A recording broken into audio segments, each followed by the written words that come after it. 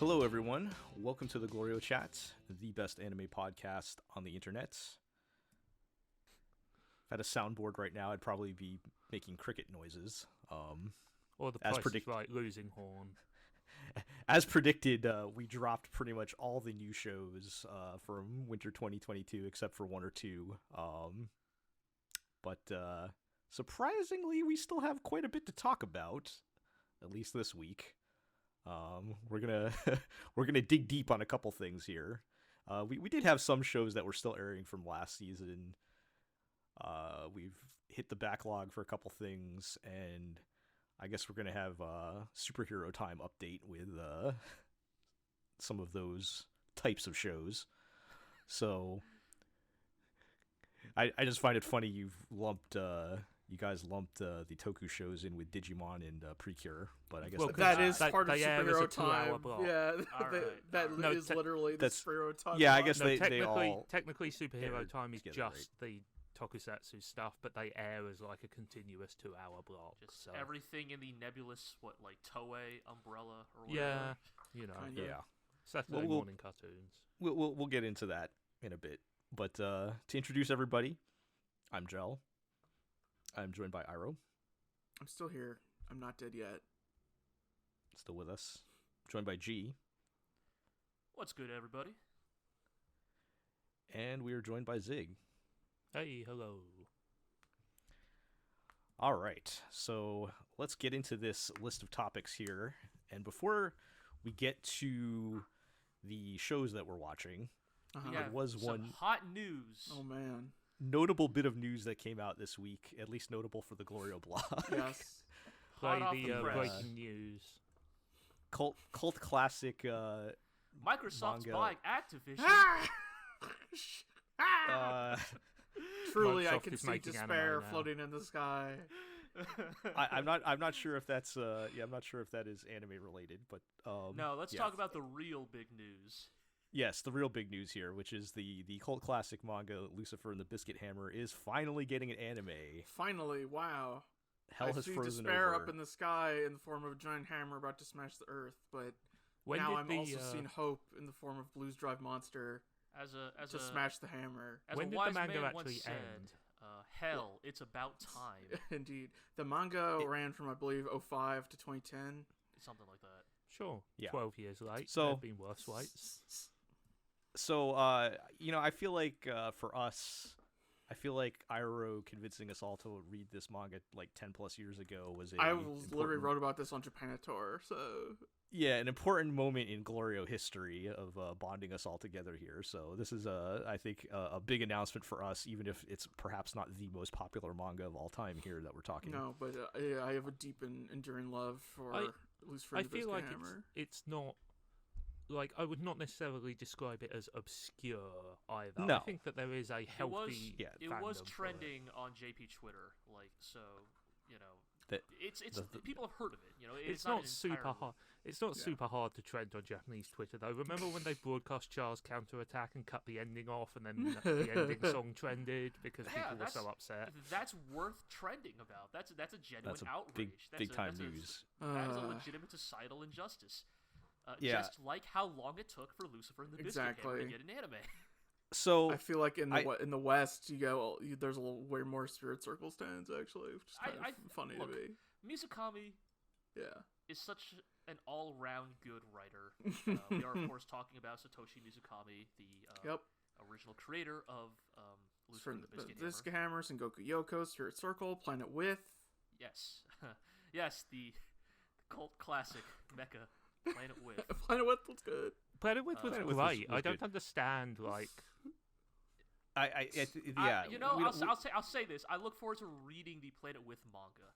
We can't Mizukami's probably true vision of that story. I've watched way worse looking anime than Planet With. I thought we don't have time to retry. I guess for Planet your With. guys' sake, I really hope that Lucifer and the Biscuit Hammer at least hits the Planet With baseline of technical execution. So, ouch. Let's. I do want to talk about, for a little context, when the manga ended back in, or when it was basically running, and then by the time it ended in 2010. Right. I mean, I read it after it ended. Everybody wanted, like, it seemed like a perfect fit to get like the Kazuya Tsurumaki era Gainax to do the anime. I think like often there's a lot of lineage there, like thematically. Lucifer and Biscuit Hammer famously about tax fraud, Gainax, But yeah, it's like a common quality that is applied to Mizukami's works, especially Lucifer and the Biscuit Hammer, is that despite Mizukami having like no like real connection to like anyone at Gainax, like that Biscuit Hammer the manga, like its tone, its themes, its inherent spirit and heart is like the closest like a manga has ever felt to like evoking old school Gainax, like that era of Gainax that makes people like legitimately argue that they are single-handedly one of the greatest anime studios in history, is because of a very specific era of Gainax that I think Lucifer and the Biscuit Hammer like does an amazing job of capturing that spirit. Yeah, it's that true, and it makes a lot of different. Whenever I think about Magical Shopping Arcade Abenoshi, I think about the greatest anime in history. So yes, but Abenoshi is good.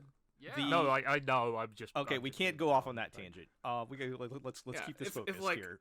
But like, if Fully Cooley is about moving from like childhood to young adulthood and such, then Biscuit Hammer is similarly, but moving from young adulthood to adulthood. Like, right. It's like if like Fully Cooley is like the beginning of the coming of age story, and Biscuit Hammer is like the end of the coming of age story. But also they both have the pillows in them a lot. It's literally Biscuit Hammer's in the title. Yes. The manga makes many references to pillow songs, so that also... and Gainax shows. Yes, and Gainax shows. Yes. Yeah, so I think our hearts were particularly broken because I think there were rumors, or I don't know if they were confirmed or not. I don't know how credible those were, but there was talk about Gainax actually taking interest in the project, and anybody can say anything. Their problems with So the thing is that people are always talking, right? Like that's the kind of the thing that's said about the industry, is that like people are always, whether serious or not, right? People are always making phone calls or writing emails, and unfortunately, the Lucifer and the Biscuit Hammer anime rumors from back in the day are about as like reputable as like I heard a guy on 2 Channel say so and so, and I read it through Google Translate. But so I think there is some credibility to this idea that the similarities are so like apparent that I'm sure that like on some level the two parties were at least aware that the other existed, but how far it went beyond that is hard to say. Yeah. I guess what I'm trying to get around to is it didn't happen, and Gainax blew up. That group of talent went other places. Yeah, I mean, you could kind of argue Gainax was already in the decline phase at the point they would have made a Biscuit Hammer anime. How far off was that from Panty and Stocking, right? Like I said, the decline phase. No. Panty and Stocking is the... What? We can't do this. Well, then Zig's got to stop like sniping. Yeah, we got to stop taking shots then. Look, but I'm gonna make this bit multiple times. All right, there's a certain era of Gainax that could be considered the '96 Bulls of anime studios. All right, and that era of Gainax, if it had handled the Lucifer and the Biscuit Hammer anime, just what a different world we would be living in right now. Yeah. So point is, it didn't happen. That team dissolved, and we just all assumed the anime was never going to happen because interest died off a bit, and I'm not sure there were any studios we feel like would have done the anime the justice it deserved at this point. Even if you wanted to, like, the obvious thing is say, well, have Trigger do it. And I don't know if that would be the right answer. No, I think perhaps modern Trigger, like Trigger of the last couple of years, could do it, but not Trigger. I think Akira Amamiya might be able to pull it off, but that's only a recent development. Yeah. So I think in many ways that's what makes the romanticism about imagining the Lucifer Biscuit Hammer anime so like enthralling to us specifically at the GLORIO blog, is that like it is because, right, is like the fantasy version of this scenario is like also the fantasy version of the world in which you can get like the disparate pieces of Gainax that have splintered in the last decade to come back, right? Because you would need Tsurumaki, you would need Enokido, right? You would need like Yoshinari there, right? Like you know, like you would need like these like myriad generational talents who have gone their separate ways to I get, magically come back together for this one anime. I never particularly thought that like that sort of thing was a productive avenue of thought, though. Like your was always your the thing is, it wasn't about territory, it was like it was we knew it was always pie in the sky, and so it was fun to dream. Right. That's You the know, point. Is like we knew that was never going to happen. Yeah, right. it's your fantasy football, you know, like And so picks, that right, like that is why we are just like shocked that any anime is happening at all here in 2022. Yeah. And I think that in context is important as to why people are like, because Excited. manga announcements happen all the time, right? Anime adaptations happen all the time. That's why us and a few other choice people on the internet are buzzing about this one. I wonder what changed to make this financially viable at this point in time. Like what money changed hands? I just assume Planet Wave did okay enough. That they I guess. Said, oh, yeah, okay.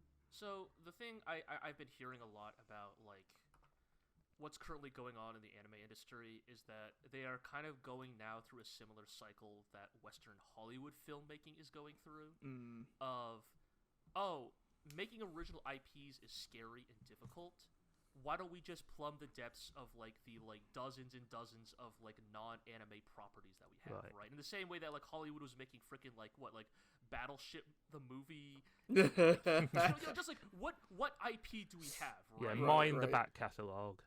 And now anime is going through a similar phase of like, making original anime is admittedly a daunting prospect, right? Even though we've had some great examples in the last few years, there are just as many that go by the wayside because they have, no name brand recognition going for them. So, although we've had a lot of very good shows, I'm not certain any of those shows were breakout commercial hits either. And so the thing I've heard is that potentially what's going on here is that whoever holds the rights to like Lucifer and the Biscuit Hammer, whatever relationship that is between studio and publisher and all that stuff is maybe just looking at their back catalog and being like, I don't know, what do we got here? So like just dusting those shelves off, like what do we got back here in the early 2000s file cabinet? So as far as regardless, it's happening. So like. As far as what we know, we don't know the studio yet. We have the director, who I did not recognize, and looking at the director of Kohime Muso, adult eroge Kohime Muso, and Mahojin Guru Guru, the first Dragon Quest parody show. I would describe his career as he appears to be an industry veteran. A journeyman, one might say. Don't forget the Bomberman Battle Beatamon crossover show. Jesus. He's apparently been doing stuff since the 80s, so he's been in the industry for a long time. But also, I don't think I've seen a single credit from him in the last 10 years. Yeah, nothing recently. Like, I kind of have this mental image of, like, Mizukami met this guy at a bar somewhere, like, and just dragging him out of semi-retirement, but... so it's going to be a masterpiece, is what you're saying. So I think at best it's a bit of a wild card, let's say. Wasn't there a rumor going around about an attached studio? What studio was rumored? Nippon Animation, which is one of those super old studios. Oh man, that would be. Well, I do think not that astute. Sorry, go ahead. Yeah, I mean, the rumors are, until they say what happens, who knows. Yeah. But I think it's a positive that Mizukami does seem to be directly involved. He's the main series composition on it, so it's not like, sometimes you get the anime made and the original creator doesn't want the anime made. Yeah. And just wants nothing to do with it. So, and I mean, the announcement came from Mizukami himself, right? Like originally, so like he's involved with it, which I think is a positive. But other than that, it's hard to say. I'm trying not to be like too wound up about the studio choice, because I think, increasingly in the modern mode of anime production, unless you are a very specialized boutique studio like Science Saru or something, a lot of the key work is done by freelancers anyway, if that makes sense. So, it would be nice to have a name on it, but I'm not going to lose my mind until until we actually get a chance to see footage. Yeah. Well, I think there's high hopes in general. Yeah, what Eero said. Yeah. I'm trying to be balanced about my expectations of, we really just don't have a lot of information, but I mean, the reality of it's, to your point, Zig, I think when you get a well-known studio, there's a certain comfort level.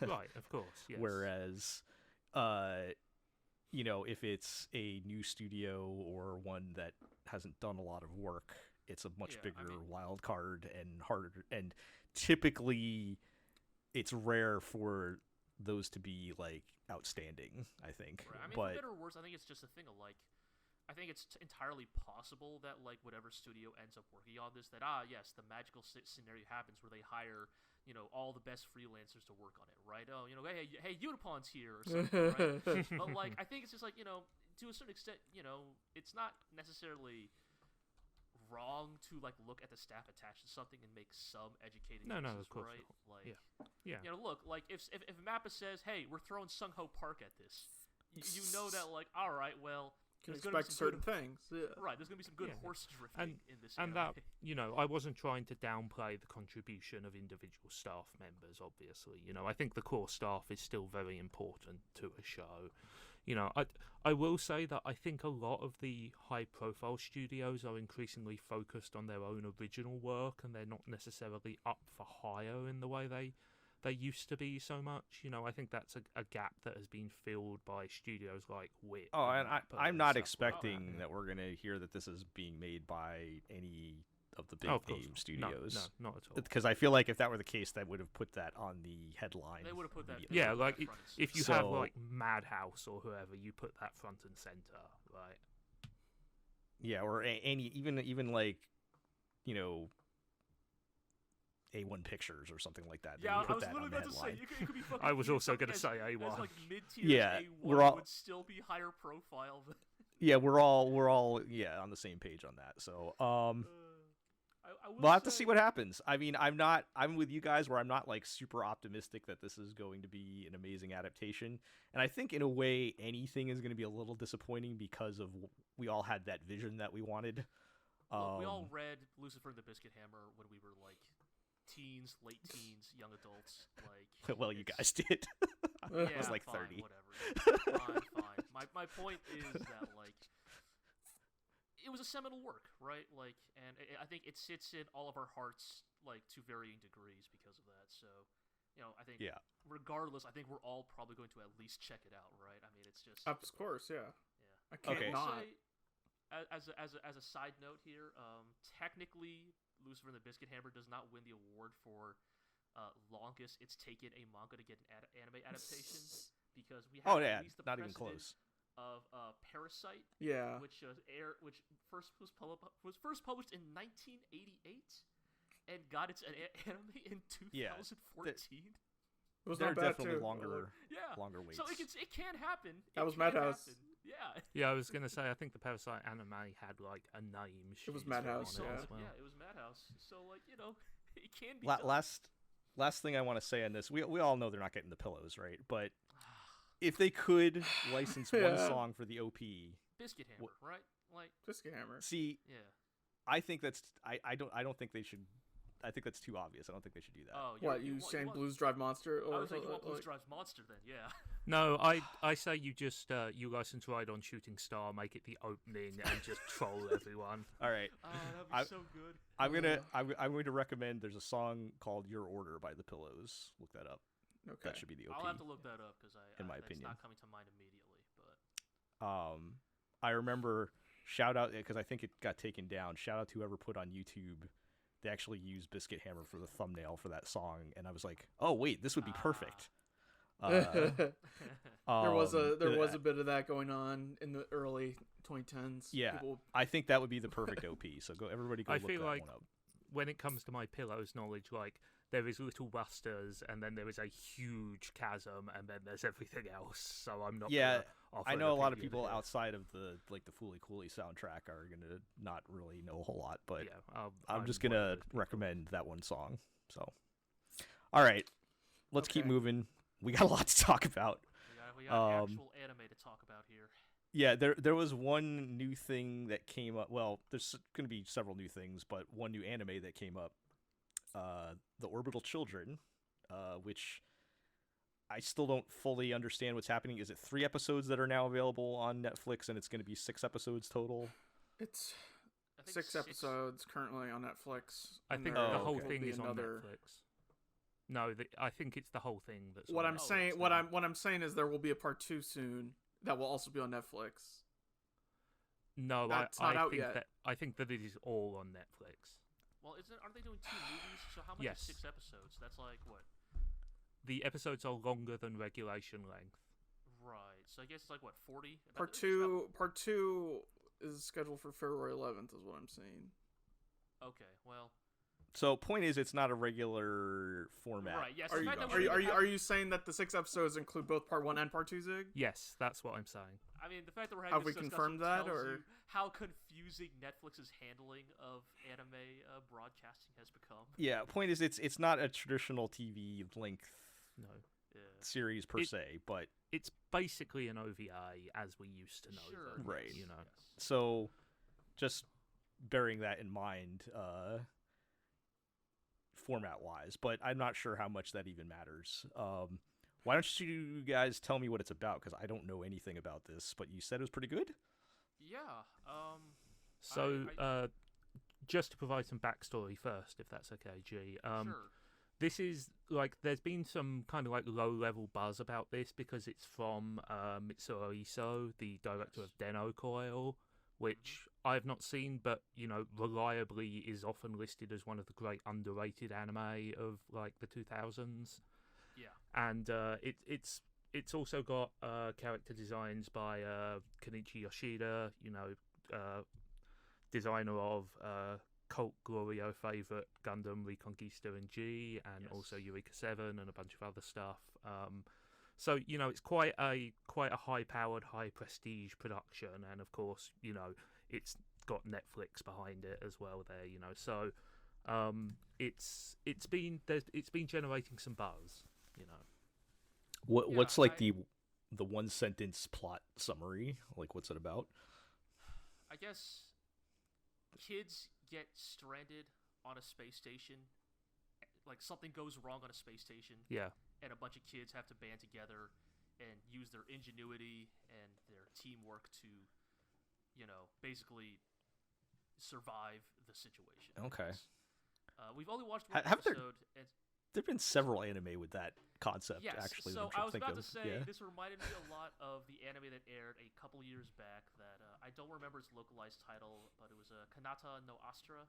Astra Lost in Yeah. Space. Yes, Yes. Astra Lost in Space that aired 2019, and similar premise of like teens in space. I found that one I really did not like. I Yeah. thought the characters were insufferable. Whereas I think that Orbital Children, like right out the gate, is like doing a lot more to win me over on both the like world building and the like character building aspects. Like I will say on the sliding scale, this is a fairly hard sci-fi show This is- by anime standards. this is some Planetez shit right here. Yeah. This is my like as the resident Planetez stan defender, whatever you want to call me. It was pretty pleasant watching this anime. You know, like it's definitely that like near future style of like space science fiction. You know, like there's a lot of emphasis on like the technology that goes behind how they've gotten to space. You know, a lot of there's a lot of talks of like just, you know, the space station itself is funded by their fictional Google corporation called Deagle, which I just so is everything else as well. yes, is the implication, right? Is that everything in this world seems to be run by this like singular corporation. You know, there's talks of like how all AI in the modern day of the setting of the anime specifically are specifically shackled AI they have cognitive restrictions because due to the Lunatic 7 incident. Yes, the implication is that there was an AI called Seven who did something back in the day. Yep. We are now on AI 12, so that tells you that like there has been a passage of time. There is a generational passing of the torch of like the way technology has developed. People have books that are about like the Gospel of Seven or something. There's the poetry of Seven. Yeah. I'll say a little bit more about that after G's finished with the first episode, But yeah, I just think like in general, I think it does a really good job of like doing the thing that I think a lot of good hard sci-fi space fiction does of A, space is really cool, B, space is terrifying, and maybe mankind was not meant to live here. Right. Yeah, like that's the big thing with the hard sci-fi take on space, is where space is very dangerous. Yes, like you should not be here. Like on here. the world building angle, like I really love is like they talk about one of the main characters. His name is Toya, and he is specifically framed as like the last child born on the moon, and the implication is that that mankind has a colony on Mars. So the two primary places mankind now resides are Earth and Mars. And the fact that Toya was the last child born on the moon almost lends this credence to this idea that like, oh, like was the moon a way station, like a temporary point, on the way to, colonizing Mars, and now this kid is like this weird, like sort of left behind relic of a bygone era of space exploration. An important facet of his character is that he's never been to Earth. He has grown up in space, and he hates Earth, in fact. Yeah, and then that leads to what I think is the good character building of this story, is like, I think it is so difficult to write a character that is like intentionally unlikable, right? Because I feel like if you write a character that's not likable, then they just become not likable. Whereas like Toya is like written really well to be just like, he's a brat, right? He's a kid, and so he says dumb shit, right? He's out here fucking quoting Char Aznable about how we should drop an asteroid on the Earth. And it's like, that he doesn't actually mean it because he's just a dumb kid, right? Yeah, so, they really well walk the line between like, he's kind of aggressive and snappy and like unpleasant, but you don't get the impression he's a bad person. He's just kind of, as G said, he's just bratty and like has the run of this space station, and he's very smart, and rather than like using that to make him completely unlikable, you just sort of think, you little shit, come here, exactly. And like I think even the other characters that they've introduced, at least in the first episode, like have just enough going for them right now that like Iro, how did you put it? Like it's like it's not that they're it's not that these characters like completely original, never been done before, but you said there was like it's like there's just enough like specificity to them that it stands out, I guess. That you get a like feeling for these characters, right? That they feel more like characters rather than just like archetypes. I think it does a very difficult thing, which is they are believably childish, which is, because we're not talking like little kids here. Most of them are like tweens and stuff, but like that they feel like young people in sort of the way that they are flighty and like they bounce back quickly and all that stuff, and it just lends a very charming atmosphere to it. I just also want to point out that like there is fantastic character animation, just like the way they have the little quirks and ticks, and like everybody has just the way, like, great body language, which really sells their personality. Like a good part of this first episode takes place in zero or reduced gravity, and there's some wonderful like flailing and spinning and tripping and all that kind of stuff. And it just brings out so much life in the designs. Totally. I think that it's like the world building, the technology, the character animation, I think it all comes together to create something that is like, and I think because of its hard sci-fi premise, creates something that feels very believable. It feels very human in spite of like its very like, sort of high-minded science fiction setting. I want to give a shout out to like I think like one reason why the character building is working so well for me is like you have the kids acting like kids. Right. And they are juxtaposed against the adults who are still stationed on the space station, trying to like figure out what's going on, right? Like there's a segment in the first episode where like an unidentified object is approaching the space station, and their AI, like who usually handles all the like automatic trajectory, like Just goes down, stuff, goes down. So like the captain is like literally like, hey, like pull out your calculator and like do the goddamn math to figure out like how do we intercept the trajectory of this object, right? Mm-hmm. And like. So like they're shooting out their like interception like drone or whatever that's meant to like catch like space debris, and like they've informed the crew, they've informed the passengers, hey, something's happening in the station, please like, fasten your seatbelts. Please fasten your seatbelts, right? And the kids are doing the things kids do of like, oh whoa, we might die, oh man, we might be obliterated into space dust, right? Because yeah, kids are flighty and kind of can't wait to stream this meteorite crashing into the like, shuttle. Yeah, the girl Mina who wants to stream everything is a very good joke that they keep doing. Like she starts recording an offline video that she's gonna upload as a VOD to her Twitch channel later, Right. Like and it's really it's really well juxtaposed against these adults who are fucking sweating their minds out because they're like, right, man, I really if I move a decimal point the wrong way, we're all dead. Right. Exactly. Yeah. Right. It's really well done.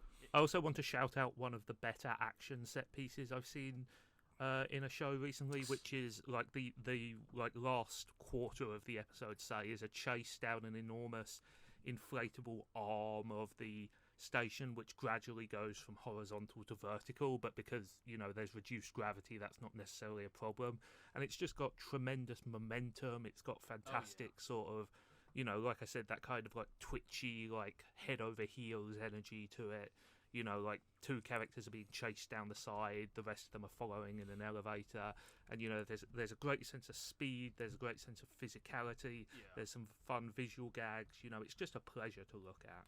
Yeah, totally. All right, I think we're gonna have. Go ahead. Sorry. Go ahead. Well, I do like that everybody in this anime has their own personal Matsumoto / pod.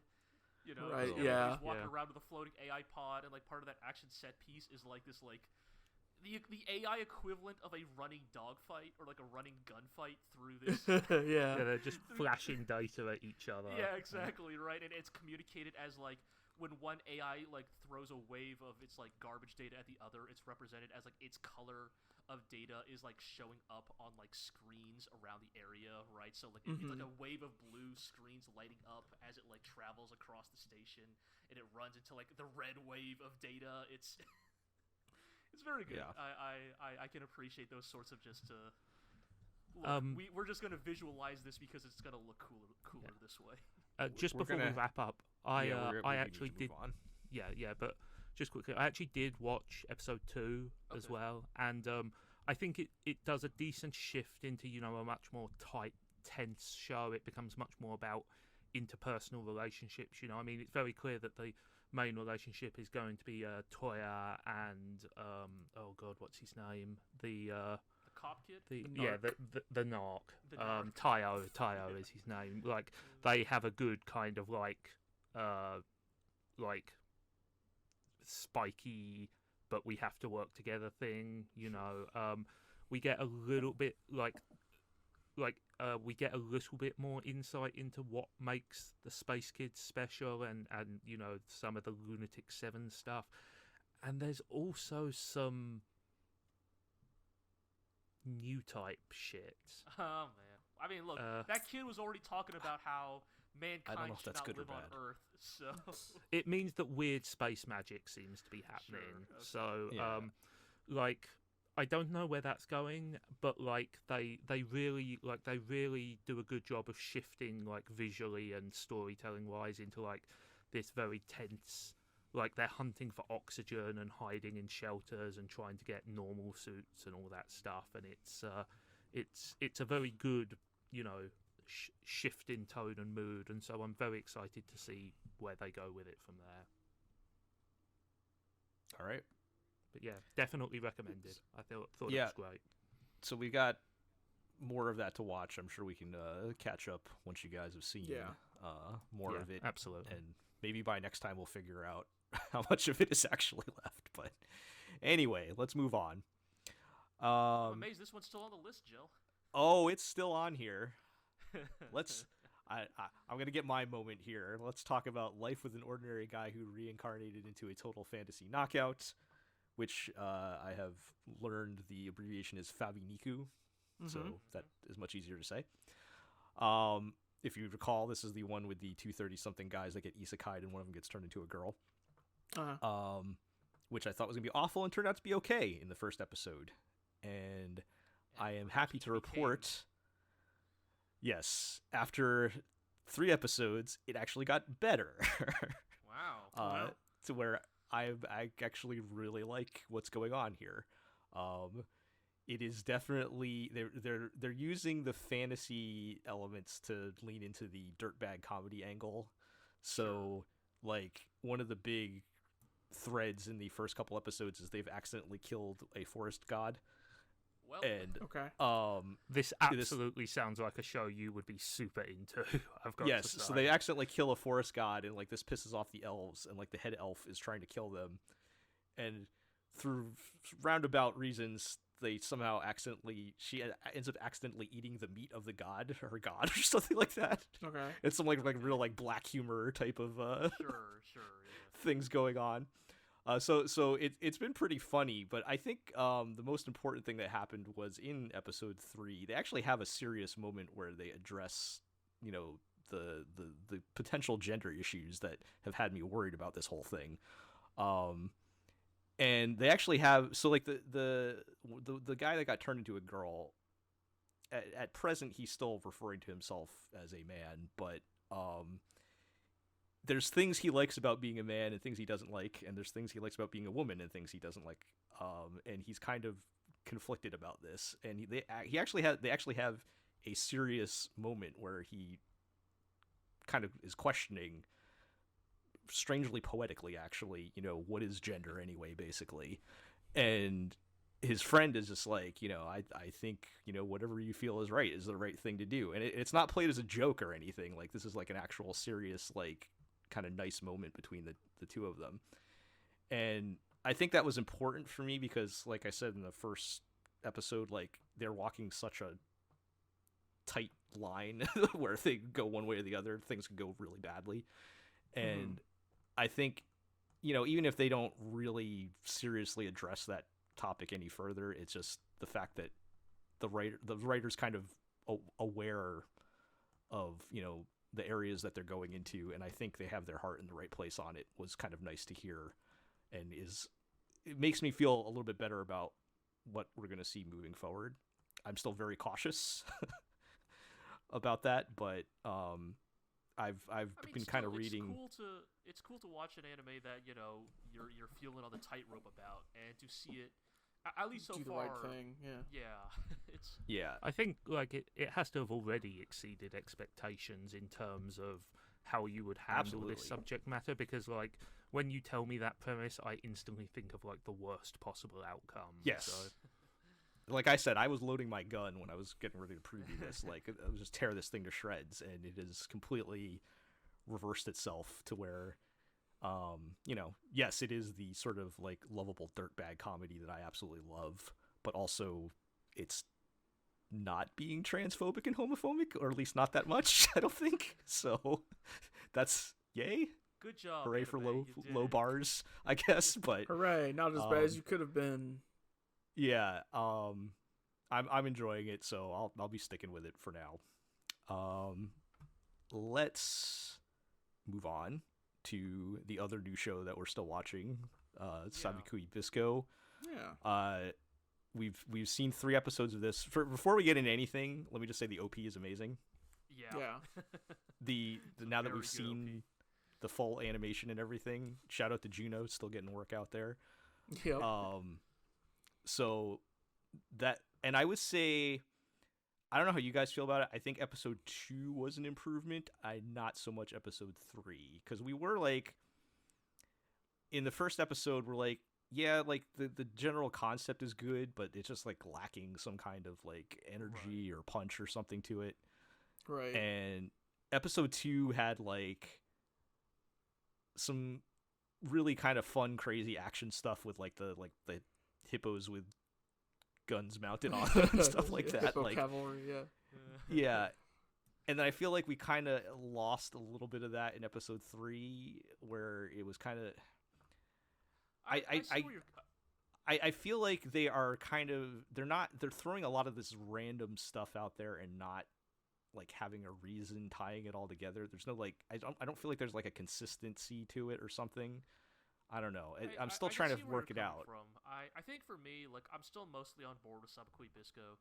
I think for me, ironically, like, this is one of those shows where it's like it technically passes the 3-episode test for me, but it's more like, all right, I see what you've used your 3 episodes for. Let's see where you go from here. Right. Because I think in a lot of ways, the first 3 episodes almost felt like Sabikui Bisco was like almost kind of desperate to crawl out of its opening, like its opening like section, its premise. Like, it feels like it so desperately just wants to get these, you know, this party dynamic established, right? Have Bisco and Milo run into each other, set them up to work together, and have, you know, send them off on their adventure. And like, I think in hindsight, now that I've watched these 3 episodes, and I feel like I'm not sure their choice for how they paced things out was the right play. Yeah. I feel like the going back and forth stuff. Yeah, like, I think it was not a great choice for like making things like, you know, easy to follow or even just like engaging. Yeah, they made some really weird directorial choices where they would jump like to things that happened like the day before, and then like back to what's happening now. Yeah, and like, so my understanding, I don't know if they were trying to be like cool and smart about that or something, but it was it didn't really help. I don't think the experiment worked. For some context, I decided to like read up a little bit on this like whole thing, just to like get better acquainted with what's going on here. My understanding is that the original novel or light novel or whatever, Sabikui Bisco, does not have this structure. Like, my understanding is that the actual light novel itself is like chapter 1 Bisco, chapter 2 Milo, chapter 3 they meet up, right? Like, it's kind of like it spends, you know, a chapter giving the viewpoint of each character before they run into each other, and that the like back and forth like pace, the jumping back and forth in time and space that the anime does was specifically a choice on the director's part. Yeah. And, you know, like, I don't think a director should just like adapt a work 1 for 1, you know. Like, obviously I think you need to adapt a work for the medium. I don't think the director did a great job of that. Yeah, I don't feel like there was any benefit to doing that. Like, I don't think it added anything. Or do you feel that like the direction is actively harming the story in that case, or is it just a case of, you know, nothing? I mean, it made it a little more confusing to follow what was going on. Right. So, I mean, in some ways, it's hard to tell, because apparently the director literally came out like and made a press like release statement saying that after these episodes they would be returning to a more normal portrayal of events. So apparently they are aware of what they've been hearing from people about this anime. Wow. So, you know, hearing that has me going, well, I really like the premise, I like the setting, I like the aesthetics and the style, and I even kind of like the characters too, you know, like, Bisco, you initially assume he's going to be like, you know, your hot-blooded idiot hero, right? But like, you know, he's more like, he's kind of more just like a more angry Vash the Stampede of like, he really, really just wants to spread the good word of mushrooms, and everybody keeps shooting him, and he's really sick and tired of being shot at. Yeah. He just wants to share his mushrooms with you. Yes. And so, like, I'm fine, you know, again, I kind of like that. I guess the question is, now that they're going to return to a more conventional storytelling style, yeah, you know, it's like, where's it going to go from here?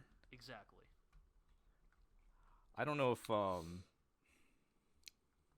don't know if it's just my pandemic brain talking, but also the whole concept of this show with like a global pandemic destroying the population thanks to misinformation is kind of an interesting angle to take. There was like a scene in the first episode that was like very like felt very like ripped from reality, where I forget, they were like getting don't know if they were getting vaccinated or something like that. I don't remember what it was now. I forgot to bring it up when we were first talking about it, but I do feel like some of the ideas they're going for feel strangely relevant here. But but yeah, it's just that there are some like cool parts and style to it, but like I'm yet to seeing it like really come together, and maybe that was just the randomness of how they were directing it or whatever.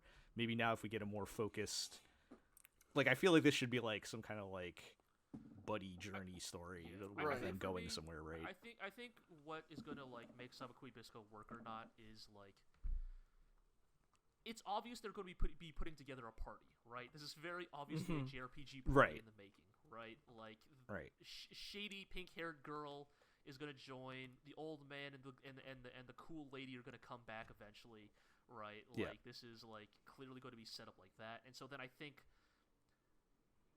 what is going to make or break this show is how good that dynamic becomes. Like, yeah. Because, like, I enjoy the zany world building, the crazy shit, the cool slug planes and all that stuff, but, like, I think what's really going to sell it is, like, how well do the characters work with each other in response to this really intensely bizarre setting they reside in. Yeah. Yep. Well, once again, I mean, we're kind of left in the same spot where there's potential here, but I don't know. We'll see. Great OP, though. Great OP, though. Can't argue with that. If it wasn't for Ranking of Kings, that would be the best OP this season. Yes. But, all right. Let's take a break from, well, not totally anime, but late night anime. Let's put it that way. Sure. And let's have our Saturday morning kids time, superhero time here. Oh, superhero time. And with Iroh and Zig on, we're gonna catch up with all the kids shows, I guess. Yeah, I guess so. I'll have to. So we got a couple things listed here. Is this a new Kamen Rider? I don't remember. It's been running for a while now. Okay, we're about it's coming back 3 to months me now. or in, so yeah. Okay, so this is Kamen Rider Revice. Revice. Yes. Yep. Yes. Okay. So the last couple of Kamen Rider shows have done this really weird thing where, like, the first, like, 15 or 20 episodes are kind of an anti-piece, like an entire plot in miniature, and only after that the real plot starts going. And they've kind of done it again here, where like the premise of the show basically fundamentally changes about a third of the way in, and it's very odd and it feels so weird and disconnected. And I think Revice is a case of there are individual bits and pieces which are good and fun and stuff, but it's really kind of a mess overall. Like, they can't really pull it together, and the net result is just it's kind of going nowhere fast. And yet I still feel like it's gotten better over time. Yes. Despite that. The last couple of episodes have been some of the best in the run so far, which is encouraging, obviously. You know, I think just also we always want to see 20 episodes in. Like, yeah, like that's the problem. The time scale is so large here that I promise you, if you get past the first 20 episodes, let's get right, exactly. That's a hard. No, hard believe sell. me, there are plenty of people who have told me that about shows that I've written about in the past. But yeah, like it's just, it feels very unfocused. It feels very like, this feels like a children's show written for children, you know, and that's not necessarily a burn on it, because of course it is, but like, there's not really much ambition to do more beyond the basic minimum here. And you know, I think, you know, children do have quality meters, and I think that, you know, this isn't one of the best of those shows out there. You know, it's still miles ahead of last year, where like the entire thing was just on fire and sinking. But you know, it feels rough, incomplete. You know, but it's getting better, you're saying. So maybe maybe that's a positive. I don't hate it. Well, high that's a lot better than some of the other Kamen Riders you guys are doing. Yeah, we've got a grade on a curve here, you know. Yeah. All right. What about how's Super Sentai going here? What's this one? Zenkaiger. Which is, have we talked about this one before? Yes, we are almost done with this one. This There's like 2 episodes left. Latest anniversary one. Right. Which has I would argue goofier monsters than normal. Yeah, like there's been almost no pretense that this is anything other than a comedy. Like they are playing it as a straight up comedy show at this point. Although, like, it will still have its like drama bomb episodes where, in the context of the plot, very important things are happening. Like, you might have to kill your father, who has been brainwashed by the baddies. But next episode, it's time for the Katatsu monster that shoots you with a beam that traps you under Katatsu. That bastard. Is this the one where they recreated that, like, yes, one famous death scene from... Yes. Still like ago or something? Outstanding. That might be, in it. that's still the best part. It's very... I'm having great fun with it, but, like, it's shallow as a puddle. You know, like, even by Super Sentai standards, which is not exactly a bastion of, like, deep and meaningful plotting, you know. It's basically a series of extended goofy sketches, which is fine. You know, like, it's great fun to watch, but, you know, they're kind of having their chickens come home to roost now, because, like, with the last few episodes on the horizon, there actually has to be some sort of plot happening, and they just haven't really been able to do that, you know. Instead, we have, like, a noodle monster who makes people like soba or udon, and then they fight each other to, like, decide whether soba or udon is better, and then they defeat him by dropping a meatball on him and claiming he's now pasta, so they all gang up on him. So, so it's a splat fest, high basically? Drama. Yeah, basically. You know, like, that's the thing, you know, like, it's very good in the, like, limited thing formula that it is trying to be. It's just not anything more than that, you know. Right. All right. Yeah. Digimon Ghost Game we have not talked about in a long time. Yeah. The spooky Digimon. I think it's been going all right. I think I'm surprised. We're like, what, 14, 15 episodes 14, in? 15 episodes in. I am surprised it has kept its theming this long, pretty consistently, of vaguely horror, ghosty theme stuff. You know, there's some Digimon causing vaguely horror-ish problems, and we have to figure out who it is, and then punch them until they stop, generally. Sure. I mean, some Digimon are pretty creepy, right? Yeah. You know? Exactly. And they've been pretty good at leveraging that. They haven't run out of creepy Digimon yet? Oh, there's so many Digimon. There's so many Digimon, and there's so many that are creeps. Not wrong. And, like, they did the thing that, like, most, or, like, a good number of Digimon shows do, where, like, the cute main character goes sicko mode and has, like, an evil alter ego. Right. And, like, that he killed a dude and all that shit. Oh, yeah. No, that was that episode where the villain of the week was just an assassin Digimon who was killing people just for fun. He killed like 230 people before the episode. You know, he killed 999 people, and then after he killed his 1000th quarry, and they're like, why? And Gamamon got so upset that his friend got fucking killed that he went sicko mode. Oh, okay. And yeah, it's just... So, was it like Assassinmon? Like, I forgot. It was something dumb as hell. Something like that. Agent 47. Agent 47 Mon. Yeah. Mr. Worldwide. But, like, I think, like, the thing that's holding it back so far compared to, like, some of the better Digimon series is that there's just not much of an overplot, you know? Right. Like, it's still a very episodic, like, beat by beat show, and that's fine. Ghost of the week, you know.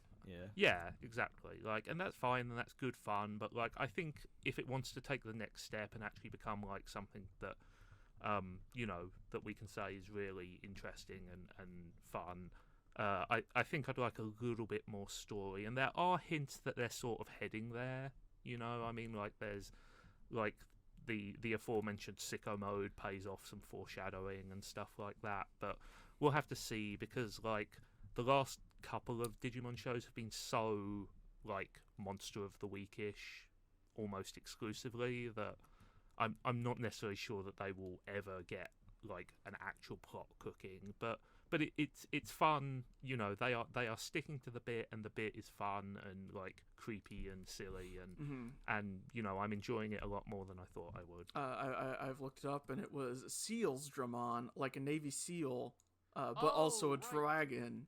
So it's Seals Dramon. Also, he killed people by throwing knives at them. Digimon's so weird, man. I don't understand. Like, the fucking M-16. Eero, you remember when we were just looking up like Digimon? No, he's got a combat knife.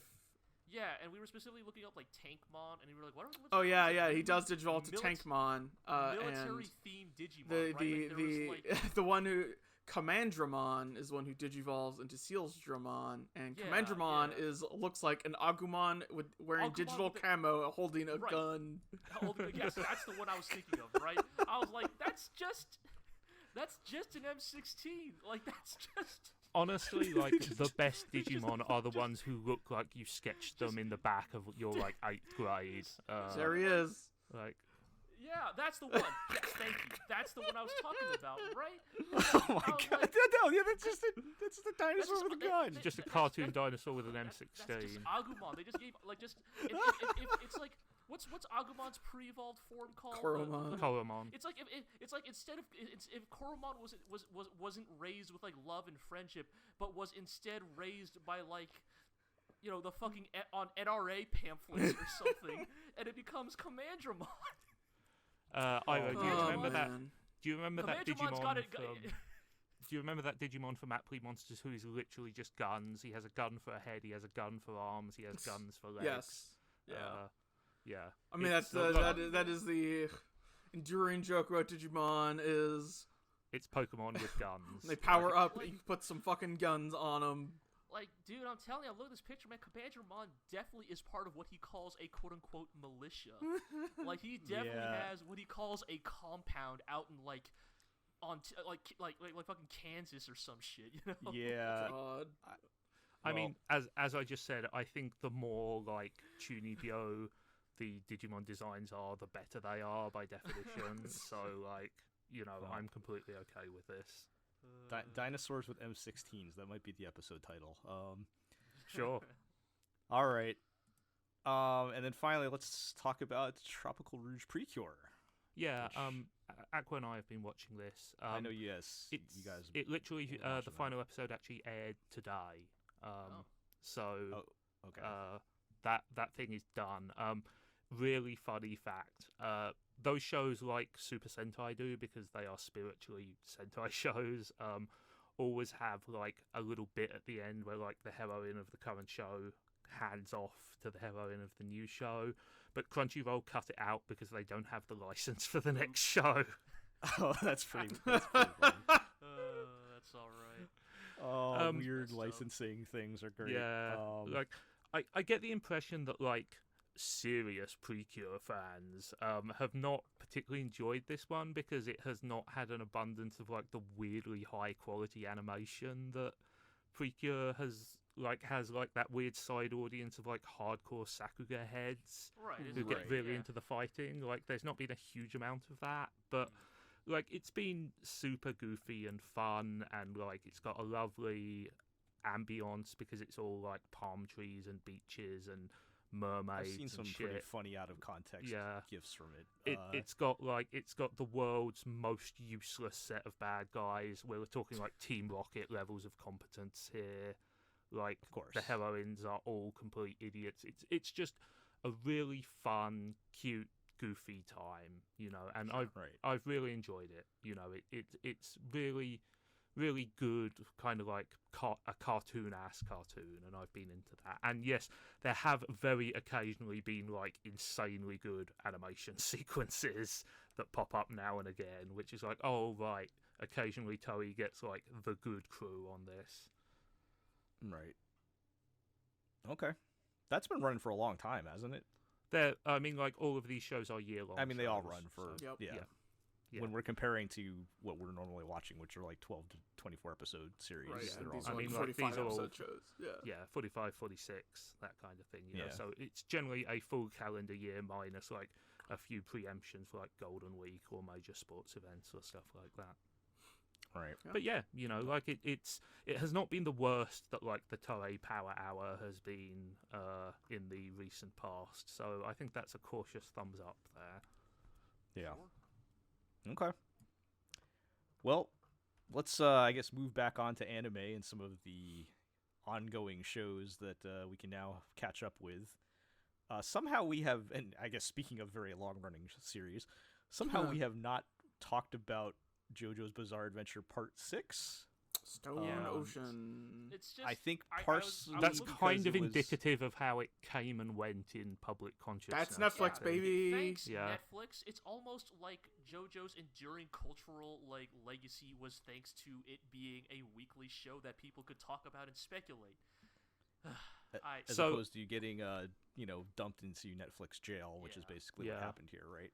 But I want to open this with a statement, which is it the second or third episode? Minor spoilers here, by the way. But the bit where what's her name is playing with like the little bird, the budgerigar, and then I can't remember like, and then it sprouts human arms and takes its head off.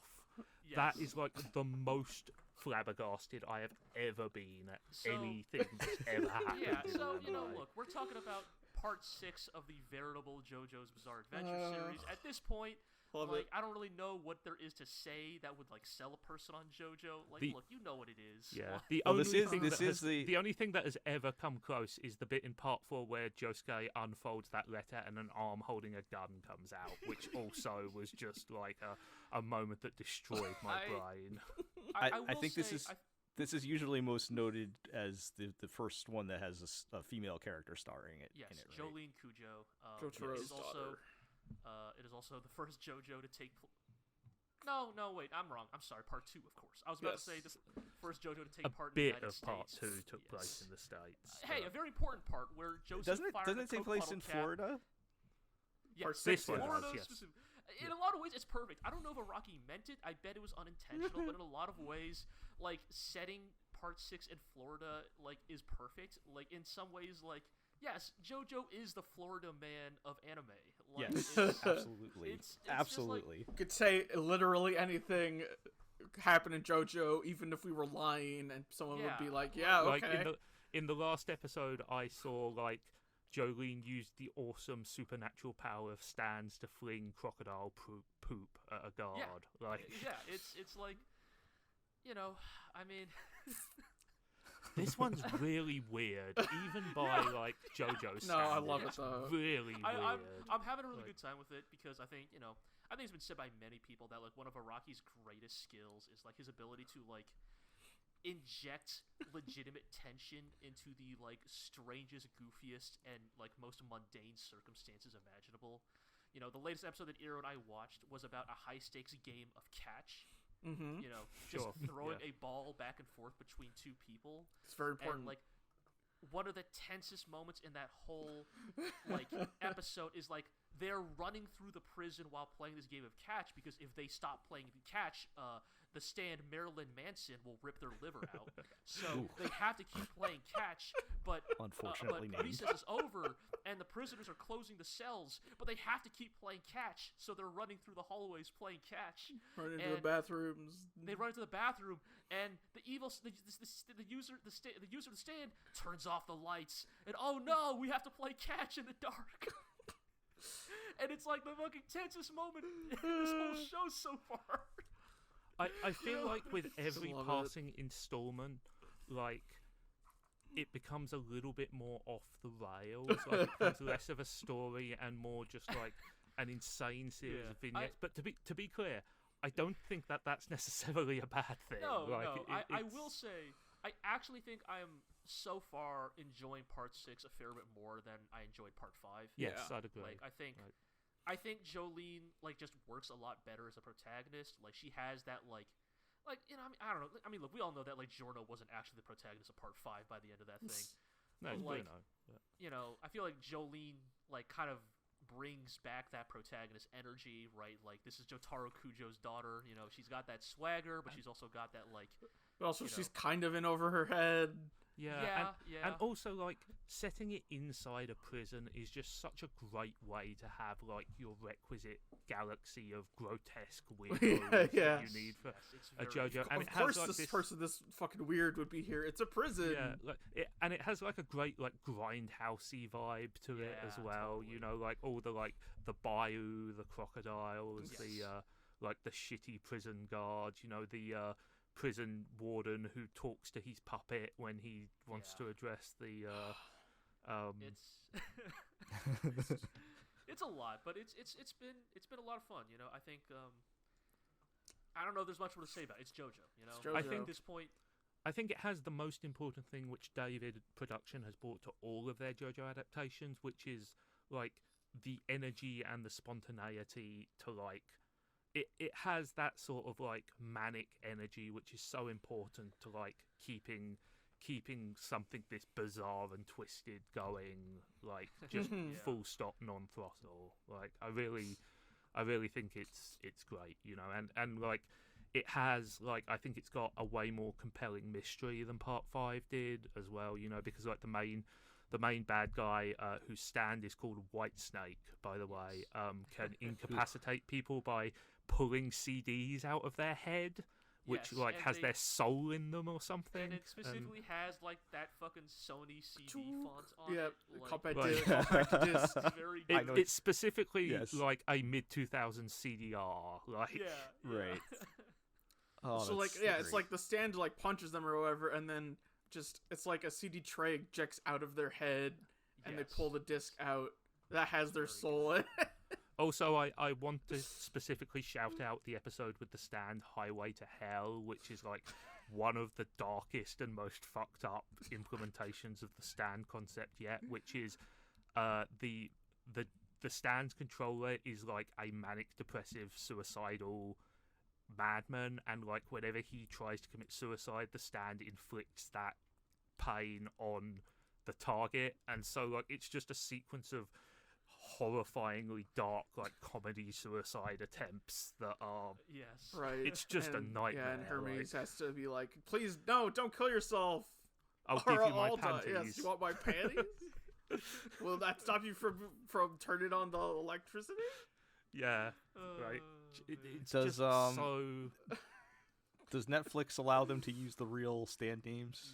No, of course not. Like, okay, but like they're still saying like you can't change the Japanese audio, baby. And, right. when Manhattan a person is shouting Foo Fighters at you, there is no way you can get around what that person is saying. Manhattan Transfer. Are there any really good fake names that they had to pull off? I don't know. I've looked up some of them, and they're not particularly interesting. There's no Dan of Steel here. My favorite one is whatever they did price. Replace. I don't remember what the actual replacement was, but the one for Dirty Deeds Done Cheap. Yeah, Filthy Acts at a reasonable price. Yes, that was my favorite fake JoJo stand name. Yeah, no, the new ones for Part 6 haven't been that great, so... Yeah. All right. but so Netflix just dumped the whole thing, Jumped right? 12 episodes. Well, 12 episodes. All right, well, one core It's going to be 4 cores, right? Yeah. Is it really going to be 4? That's what I heard. Wow. All the JoJos have Part been 4 was 3 long, cores. Yeah, Part 4 was 3 cores, and Part 5 was also 3, right? Or was it 2? I will have to investigate. I feel like only Part 3 has been 4 cores so far. Okay, so that tells you that. And like that is the longest section of the manga as well, I believe. So. Actually, I think Part 4 might be longer than Part 3. They just compressed it a lot more. Fair. Okay, fair enough. Like, if you're talking about like technical page count. Yeah. All right. But if it really is going to be 4 core, then I guess that Netflix money goes a long way, huh? Sure. Yeah. Maybe.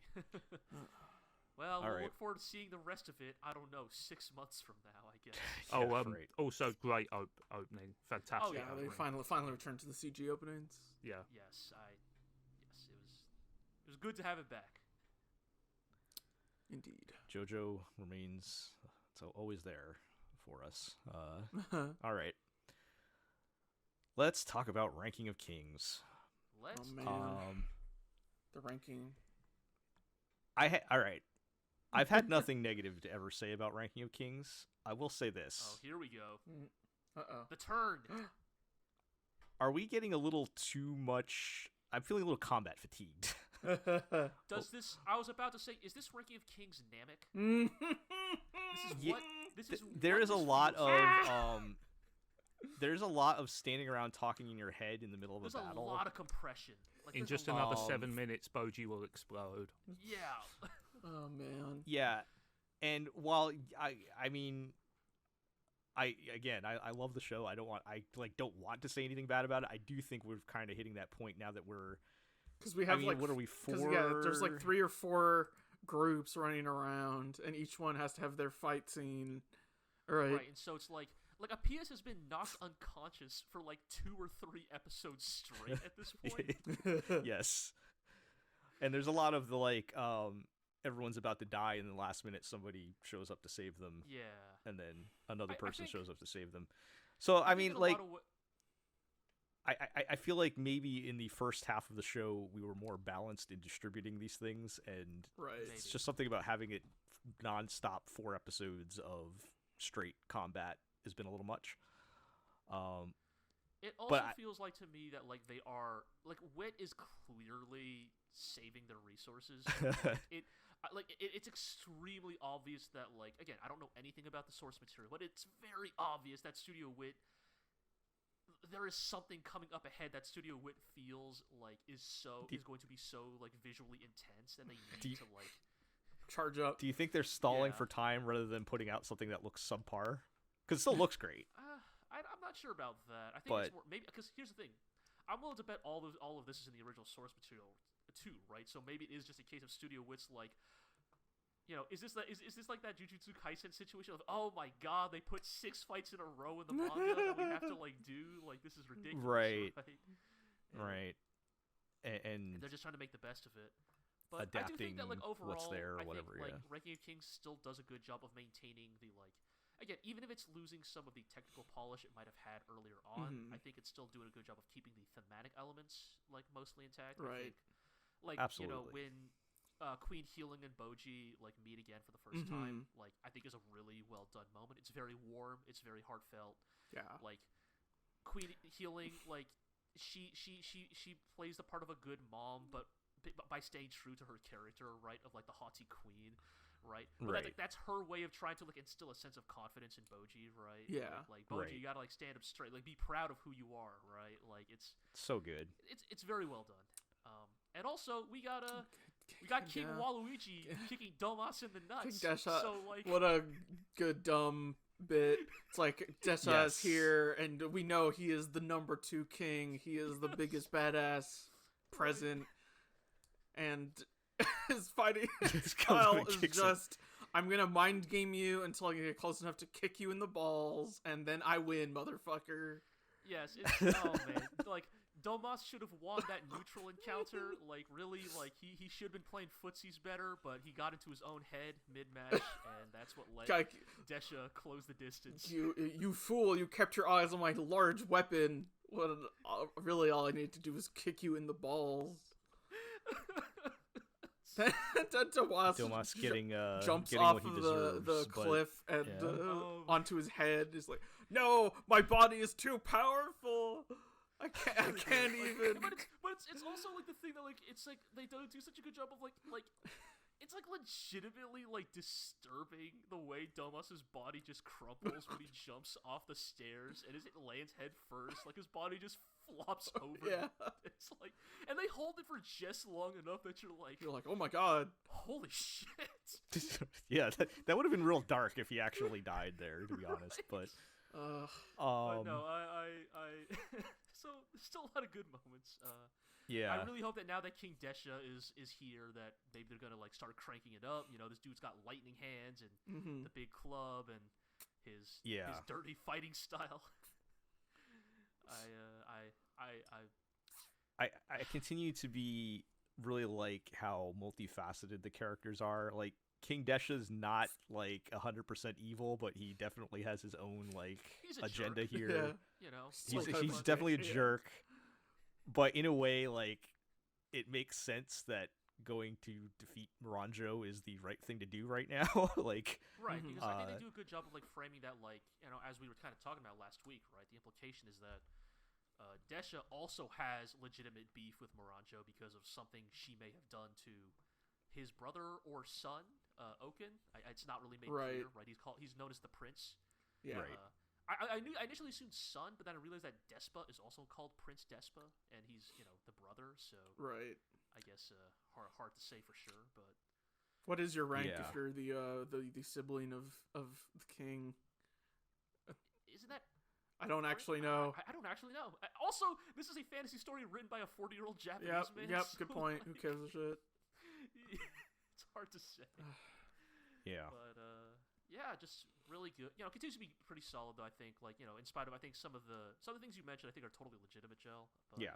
I feel like those are very, just so everyone knows, those are very minor criticisms. Like, I love it. I still very much love this show, and like I was saying after last episode, they need to, like, these episodes fly by. Like, it's been so long, I feel like, since I've had a show where the episodes fly by. I can't wait to watch it every week, and like, totally, you know, I don't know what's gonna happen. Like, you know, I'm just on the edge of my seat the whole time, and really loving it. I hope we get a little mix up.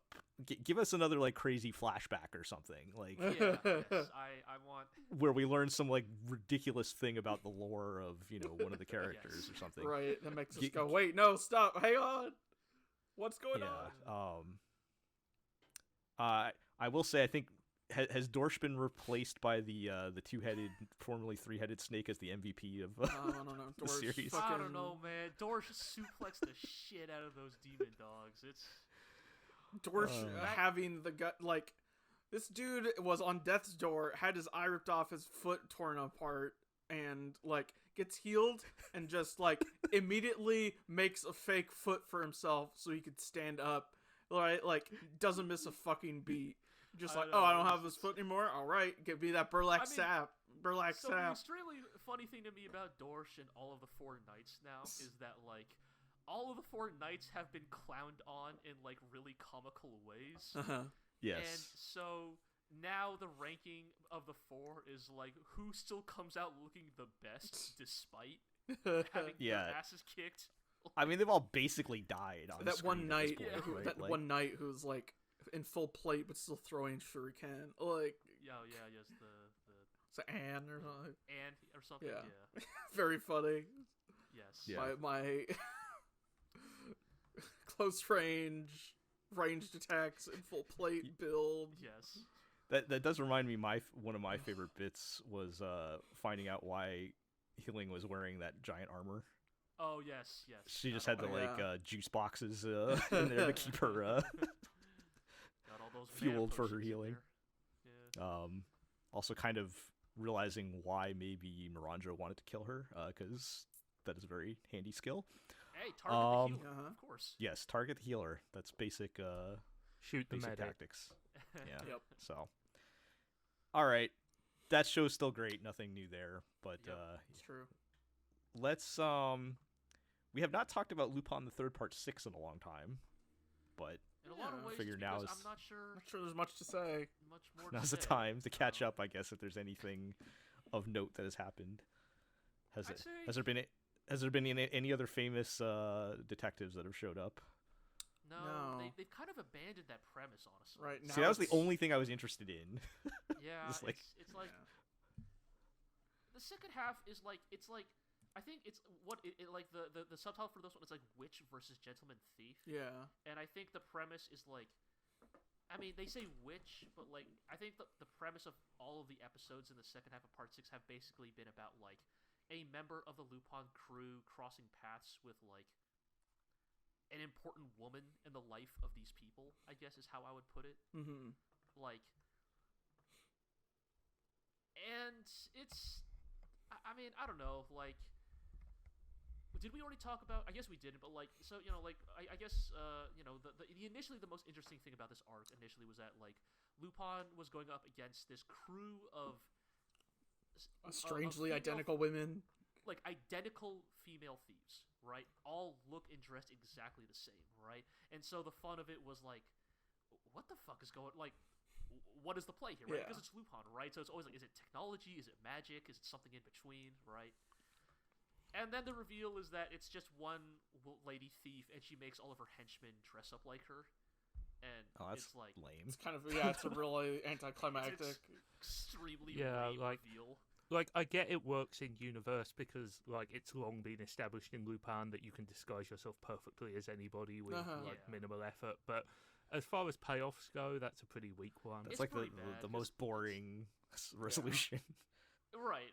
Like it's really So that kind of didn't really do much for me. I think the only real standout of the episodes we've watched so far is we had another Jigen one-off. And like I wouldn't even say it's like an amazing episode, but it's more that Jigen is such a timelessly cool character that like Jigen can just fucking walk around in these rainy streets smoking a crooked cigarette, talking about how it's raining just like the day I met her, and it's like Jigen, you're the best. Oh, Jigen. Yeah. You wacky, Fucking cool guy. this lady be like, How is Akio Otsuka doing as He's totally Jigen? fine. Yeah. It's Cool. good. I think he's doing a good job inhabiting the Yeah. role. Cool, good stuff. He is kind of just being Akio Otsuka, but like that's That's not fine. a bad thing. I mean, You know. yeah, Kish Kobayashi was like 90, so Yeah. Right. I'm not holding yeah, that against him. Jigen It's like- had been sounding like he was a 90-year-old dude. So I guess that's the thing, right? It's like if part 5 Jigen sounded like, a tired old man who like was wondering how much longer he had left in the game. that was Akio also Otsuka's thematically appropriate. That would have Yes, been, yeah, that's the problem, because him sounding like a 90-year-old man, very cool. Yes, and like so Akio Otsuka's Jigen is kind of more a return to the like Jigen as a stereotype, right? Grizzled gunslinger, coolest guy in the room, and there's nothing wrong with that because that is Jigen too. And I don't know, man. There's not much to say about it. Jigen's a cool guy. The episode's all right. It's this whole episode about how like we get flashbacks to how at one time he was shot in the street, and a pretty young nurse who run a local clinic for the people picked him up and nursed him back to health, but now she's getting married to a nobleman, and Lupin wants to steal the gem, the dowry, and Jigen goes along to keep an eye on her, make sure everything's okay. Right? It's the most. It's super like hackneyed, but yeah, self-aware. I mean, it is the Yeah, that type can of work. Yeah. It's the type of story in which the woman like caresses Jigen's face and says, I've never seen a gunman with such kind eyes. Right? It's like it's that kind of story, And it's like, hey, that's fine too because Sure. Because Jigen's All right. Jigen. yes. Unfortunately, it followed up with a Gomon one-off that was not nearly as good.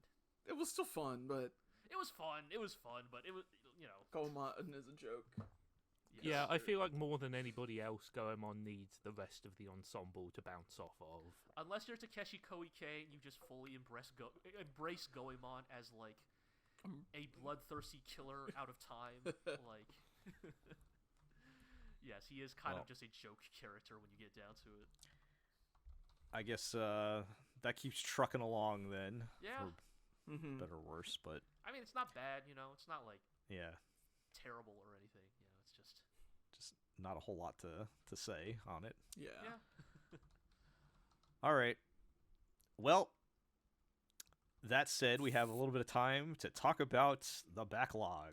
The Backlog. It's back, baby. It's back. Yeah, we've been able to hit, we've all been hitting a few things here.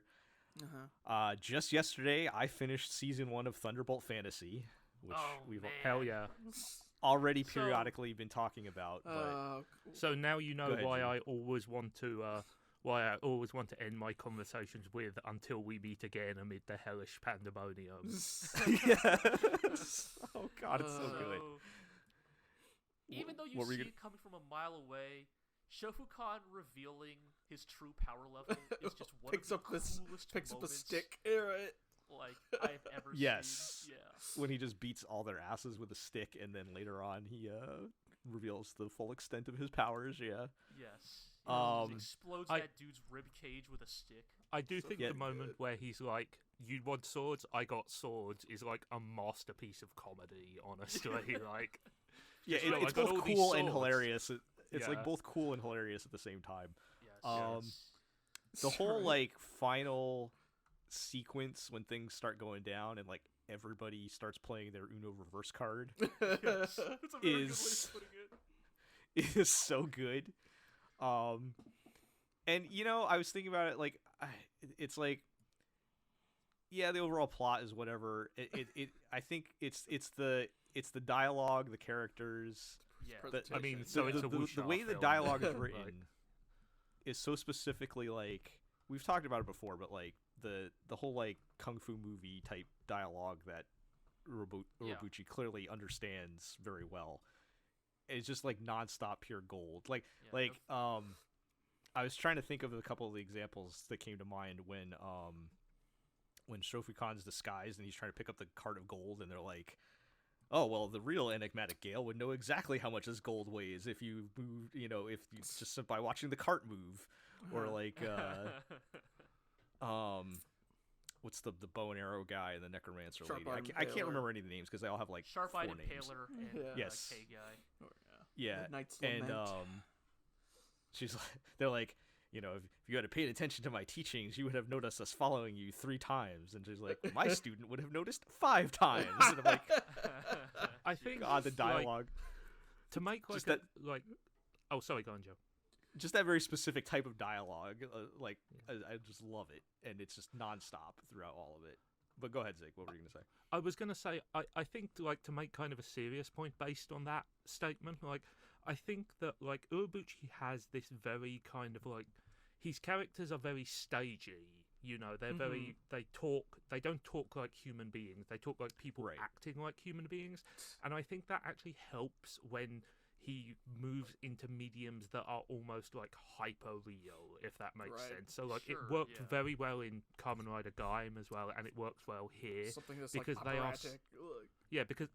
but also because they are so obviously artificial that like it's sort like the artificialness of the dialogue sort of fits perfectly. Like they're it very heightens the sense of performance. Exactly, yeah, that's it. And like honestly, I think like him writing like tokusatsu and weird puppet shows might actually secretly have been his perfect niche. This might be the best fit for Urobuchi. When his true calling, But yeah, no, season 1 is great. It's a good self-contained story, and boy, are you in for a ride with season 2. Is what I'm gonna say.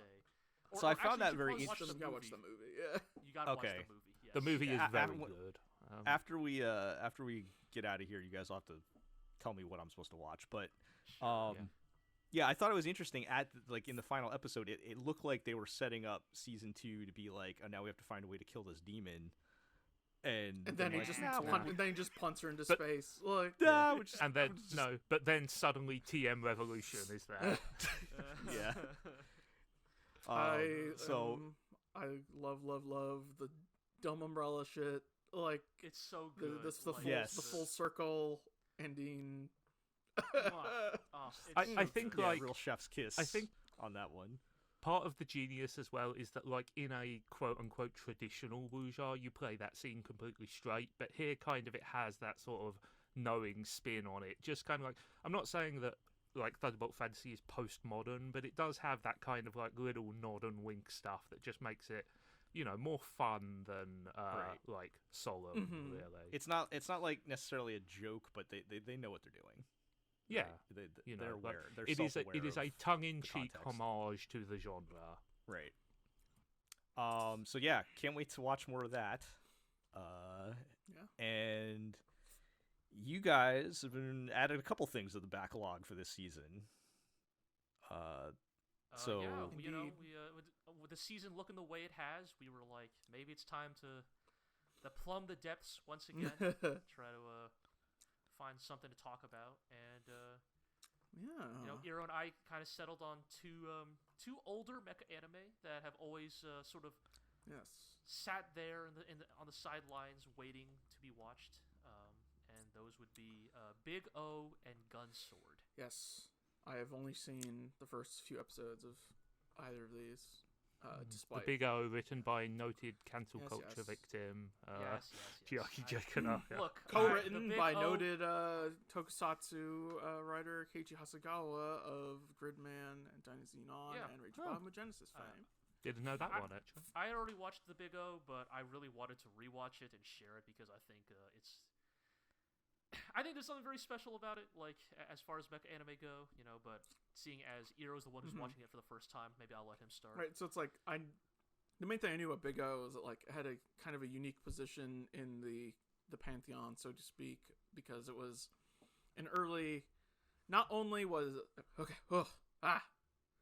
Big O is made by, like, the Sunrise Internal Studio that did all the outsourcing on Batman the Animated Series, and so it is, first of all, heavily influenced by that show, and it was also one of, like, early breakout Toonami hits, so much so that Toonami and Cartoon Network funded the second season of Big O, despite it being not terribly popular in Japan, is my understanding. So it has this kind of unique position as, like, not quite a East-West collab, but more mixing of ideas than most, I would say. It's definitely a work that was informed by the Western, like, studio work that Sunrise had worked on at the time. Yeah. And, like, clearly went on to inspire them, you know, in many of the noir trappings that the Big O inhabits. Yeah. And so it's definitely unique in that way compared to a lot of other shows. You know, like, for, like, okay, nowadays, and probably even into the aughts, you say Sunrise Original Mech Show, and you have a vague, broad idea, but, like, Big O is a Sunrise Original Mech Show, and it's not like that at all. Exactly. And when you say Sunrise Original Mech Show in 2022, I think kind of like Code Geass. Yeah. Right. There's a bit of trepidation to that statement. But once upon a time, a buddy complex across Ange. Yeah, but once upon a time, original Sunrise Mech anime used to mean something. You know, like, look, I'm gonna bring it up again because I'm gonna say, you know, I know I mentioned Gainax earlier about this, but is Late Sunrise another potential candidate for the 96 Bulls of anime studios?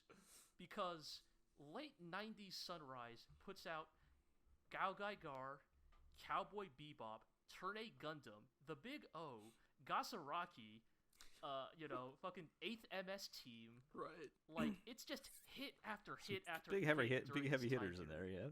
Yeah, it's towards the end of hand animation. Yes. And then the 2000s arrive and Gundam Seed happens and it all goes to shit.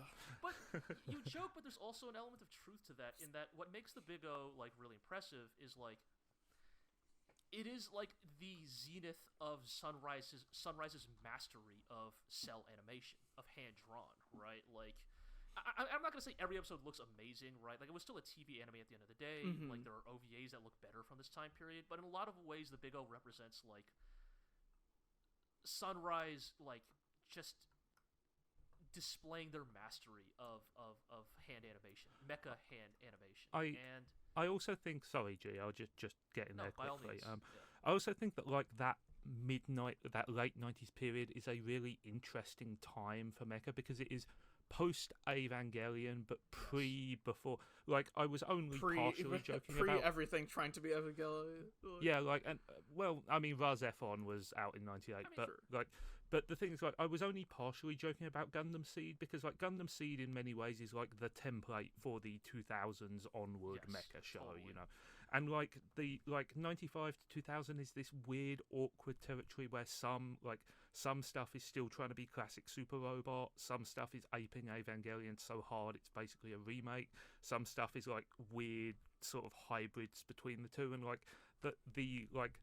the form of the modern mecha show has not yet been codified, and so you've got all these very messy, interesting experiments. Totally. And I would say, I'm willing to say that I think the Big O is, in some regards, informed by Evangelion's influence, right? Like, we haven't even really talked about the premise of the show for people who are listening to us talk about an anime made 20 years ago. The Big O is a mecha noir series that takes place in a futuristic city in a dome called Paradigm City. Mm-hmm. And the notable thing is that every human being who lives in Paradigm City cannot remember anything from the, like, more than more than 40 years ago.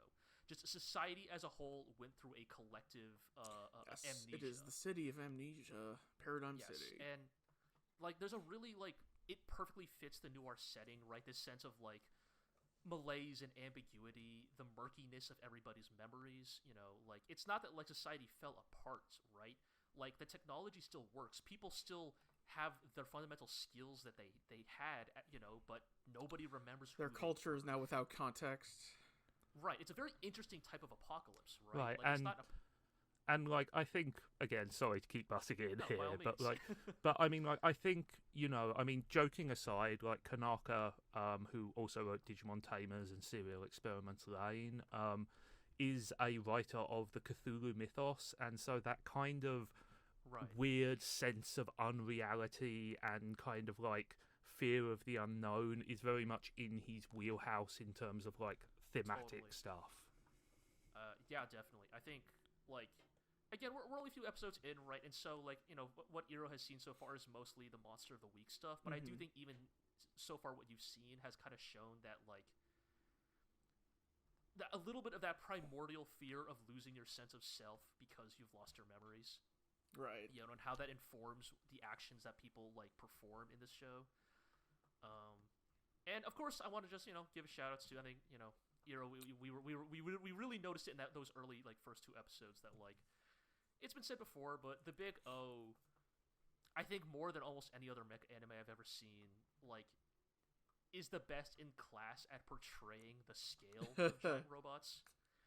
Like, there's this magnificent shot where Big O, the titular Big O, has been summoned and is walking through the streets, and it is being filmed from inside of a building, right, with an interior pool, and there's a window like next to that pool to show Big O walking through it, and you can see the water in the pool rippling with every footstep. Yeah. It's like, it's such a magnificent way to capture the scale of a giant robot, and you know, I just, there truly is, for better and worse, nothing quite like the Big O, and so that's why I think it's been a cool thing to revisit. Yeah.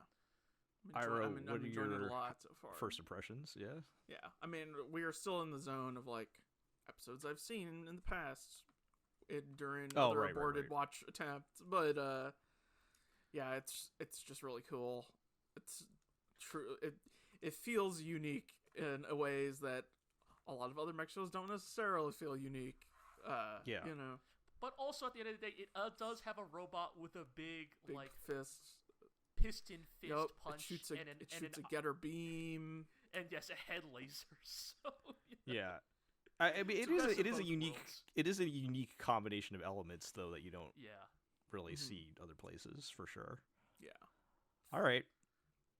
And we've talked about Gunsword many times before, and me trying to goad you guys. Most recently, when you guys were watching Back Arrow, which is the same director, and I was basically telling you guys that the better version of Back Arrow is just go watch Gunsword. So we did.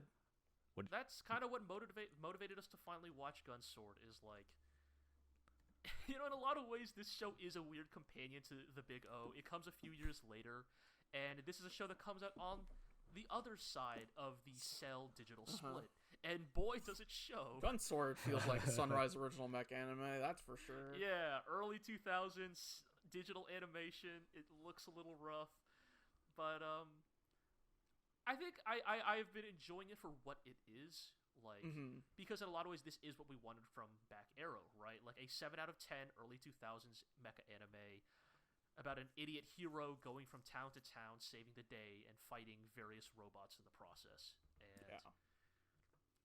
I don't think there's necessarily as much to say about it as, you know, compared to the Big O, but like, yeah, you know, it's just kind of a fun, dumb show. You know, it's a sci-fi western. You know, like, you know, we just watched the episode with the old men and their they're combining Super Robot, and probably the most famous episode out of that anime. Yeah, it's I did not realize it was episode 3. I know, right? Like in my head, I was like, surely that's like 7 or 8 or something. Yeah, no, it does happen pretty early. Yeah, but very delightful Super Robot parody, right? Like, you just have these 4 drunk old men fucking talking about how back in their day You know, they fought the Saurus Empire and, you know, all this shit. But now they're all washed up, you know. Their fifth pilot, the obligatory girl and the pink robot passed away, you know.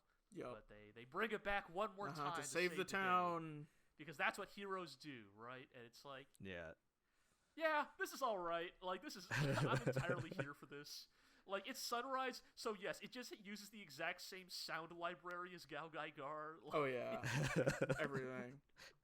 G-Stone and all that. The villain is literally voiced by Nobuyuki Hiyama. It's very good. I don't. You know, it's because it's for me. Oddly enough, this is one I've actually watched. Right. I don't know if I ever told my actual gun sword story on the podcast, but I ended up watching it. Because I basically got back into anime when Netflix started, like in the disc era, like. Oh right, yeah. Where you ordered because I was out of it for a couple of years, and then out of the game. Yeah, just because it was so annoying back in those days to get anime that I just like gave up. But when Netflix came out, I was like, you weren't happy with buying like $50 VHSs from yeah, you'd have to like sight unseen buy like a $50 DVD with 2 episodes and hope it was good, right? But when Netflix came out, it was like, hey, I can just order a disc and watch whatever I want, which was cool. But then when they moved to streaming, I was like, this is even easier. So I was like, let me see what anime they have available, and they did not have a very good selection available. I don't even remember. It was like whatever they could, like whatever cheap license they could, you know, afford. There were no big name. I don't even remember some of the other ones, but the one that stood out to me because it was actually kind of fun was Gunsword, because that was one of the first anime that Netflix had on their streaming service in their very limited pool of anime to watch. Still on Netflix? I bet not. I wonder. We'll have to check that. But that's how I watched it. Is like I just wanted to watch some anime, and this was literally the only thing that didn't look terrible that was on Netflix. You know, I feel like that's a pretty common story from our generation of like anime fandom is like before whatever you get your like, hands on. Yeah. Before you had watch guides or whatever, it was just like, well, this looks okay. Right. Yeah. So I watched it like, all right. Oh, I don't know about Speedgrapher. No, I know. I'm just saying. Yeah. I'm not going to recommend that one. Yeah. No, just of that era, though. You know what I'm saying? Yes. They had very cool graphic design on there in that show, and other than that, but no, I watched Gunsword. I was like, yeah, this is pretty good. It's pretty good. Sure. And so I it's not that I've ever claimed that it was a fantastic show. Like you said, G, this is like a 7 out of 10, like a solid 7 out of 10 kind of fun show. Sometimes to watch, you really want that, though. Yeah. Sometimes you really got to have McDonald's for lunch. Exactly. Yeah. And I think especially when we were watching Back Arrow, like this is what Back Arrow was trying to do, right? Like and only succeeded occasionally. I'll just get in at the very end here and say there has recently been some discourse on the timeline about whether Yoshiyuki Tomino is a good director or not, and the answer is he is a good director. Well, anyway, the point is that G, Iroh, and I have been watching Zeta Gundam. G and I have been rewatching it, Iroh for the first time, and I can confirm that Yoshiyuki Tomino is the very best at being Yoshiyuki Tomino in the world. Elsewhere, I've been working through Blue Gale's a Bungle, and that's a hoot. That show's great. Yeah, you've posted some wild clips from that. It's that I don't know if Tomino is a great director or not, but he's very interesting, and in some ways that's much more important. Yeah. Nobody does it like him, and they keep letting him do things. So I will say, for some reason, I will say in relation to all this, while I will again say that there's a claim that late 90s Sunrise is the 96 Bulls of anime studios, I will, however, also say late 90s Sunrise is responsible for brain powered. Yoshiyuki Tomino is brain powered, so you know. It's no Gazi's wing. Oh, Gazi's wing. Well, maybe we might have plenty of time to talk about all that next time, because who knows what next episode's gonna look like. But we had quite a bit to talk about this time, at least. Lots of fun stuff. a lot of things going on, at least, even if they're not new Winter 2022 anime. Still plenty to do. So, all right, that's gonna do it for this episode. So to do our housekeeping, check us out at theglorioblog.com. Follow us on Twitter at theglorioblog. You can subscribe to the podcast on iTunes, Google Play, Spotify, Amazon Music, Podbean, Stitcher, and of course YouTube, where you can like, comment, subscribe, ring the bell, all that good stuff. You can tell your friends, tell your enemies, and we'll catch everybody next time.